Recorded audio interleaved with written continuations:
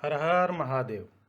क्या आप सभी भक्तजन यह कल्पना कर सकते हैं कि भगवान भोलेनाथ का मंदिर हो और उसमें नंदी बैठने के बजाय खड़े हों, या फिर नंदी महाराज हों ही नहीं? यदि आपने ऐसी कल्पना नहीं की हो तो चलिए हम आपको आज ऐसे दो शिव मंदिरों का दर्शन कराते हैं, जिनमें से एक मंदिर में नंदी महाराज खड़े हैं तो दूसरे शिव मंदिर में नंदी महाराज का कहीं अता पता ही नहीं है। पूरी जानकारी पाने के लिए बने रहिए वीडियो के अंत तक। असल में मध्य प्रदेश के उज्जैन में महर्षि संदीपनी का एक आश्रम स्थित है। संदीपनी भगवान कृष्ण और सुदामा के गुरु थे। उनके इसी आश्रम में भगवान श्री कृष्ण, उनके मित्र सुदामा और भाई बलराम ने शिक्षा दीक्षा प्राप्त की थी। 64 दिनों में 16 कलाओं और 64 विद्याओं का ज्ञान हासिल कर लिया था कृष्ण ने। भगवान शिव का यहीं पर एक मंदिर स्थित है जिसे पिंडेश्वर महादेव कहा जाता है। इस मंदिर में आपको नंदी घुटने टेक कर बैठे नहीं बल्कि खड़े मिलेंगे। दरअसल इसके पीछे एक बड़ी ही रोचक कथा सुनने को मिलती है। पौराणिक मान्यताओं के अनुसार भगवान शिव को श्री कृष्ण की बाल लीलाओं का दर्शन करने की उत्कट इच्छा हुई तो वह महर्षि संदीपनी के आश्रम पहुंच गए। उनके साथ नंदी भी थे। नंदी ने अपने गुरु अर्थात भगवान शिव को जैसे ही श्री कृष्ण के साथ देखा वह भाव विभोर हो गए और उन दोनों के सम्मान में खड़े ही रह गए।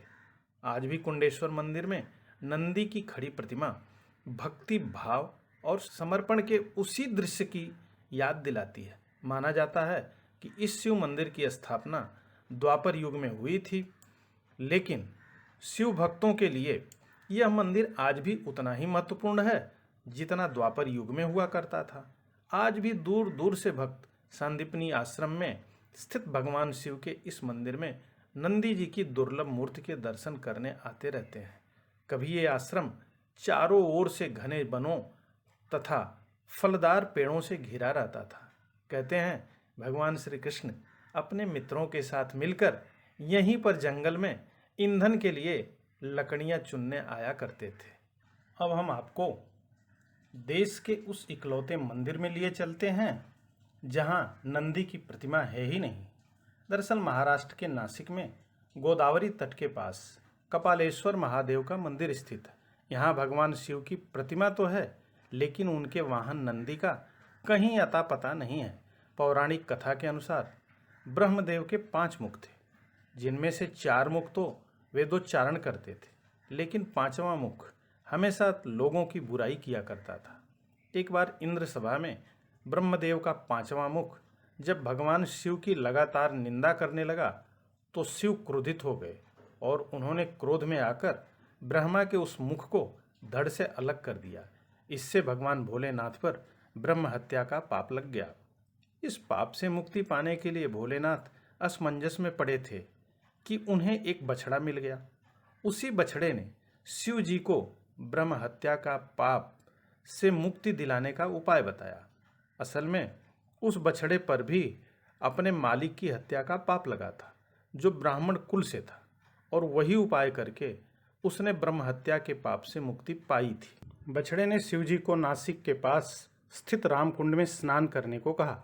शिव ने उसी कुंड में स्नान कर अपने ब्रह्म हत्या के पाप का प्रक्षालन किया।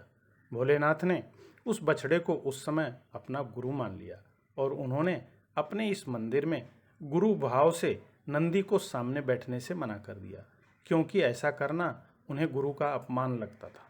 बस तभी से यहाँ नंदी की प्रतिमा स्थापित नहीं है। इन मंदिरों के अलावा आपको देश के हर शिवालय में नंदी घुटने टेक कर बैठे मिलेंगे। वास्तव में नंदी को भक्ति और भक्त दोनों का प्रतीक माना गया। नंदी भक्तों की मनोकामना शिव जी तक पहुंचाने का काम करते हैं, इसलिए शिव मंदिर में जाकर लोग उनके कान में अपनी मनोकामना कहते हैं ताकि वह सीधे भोलेनाथ तक पहुंच जाए। नंदी को भगवान भोलेनाथ का वाहन माना जाता है। नंदी को भगवान शिव का द्वारपाल भी कहा जाता है। भगवान नंदी और भगवान भोलेनाथ की हम सब पर लगातार कृपा बनी रहे, यही हमारी प्रार्थना है। आप सभी को हमारा यह वीडियो कैसा लगा कमेंट बॉक्स में कमेंट कर अवश्य बताएं। अगर आपने इस चैनल को अब तक लाइक और सब्सक्राइब नहीं किया हो तो लाइक और सब्सक्राइब करें। और हाँ, बेल आइकन को दबाना न भूलें ताकि कोई भी नया वीडियो अपलोड हो तो उसकी जानकारी तुरंत आप तक पहुंच सके। मिलते हैं जल्दी ही एक नए वीडियो के साथ। तब तक के लिए हर हर महादेव।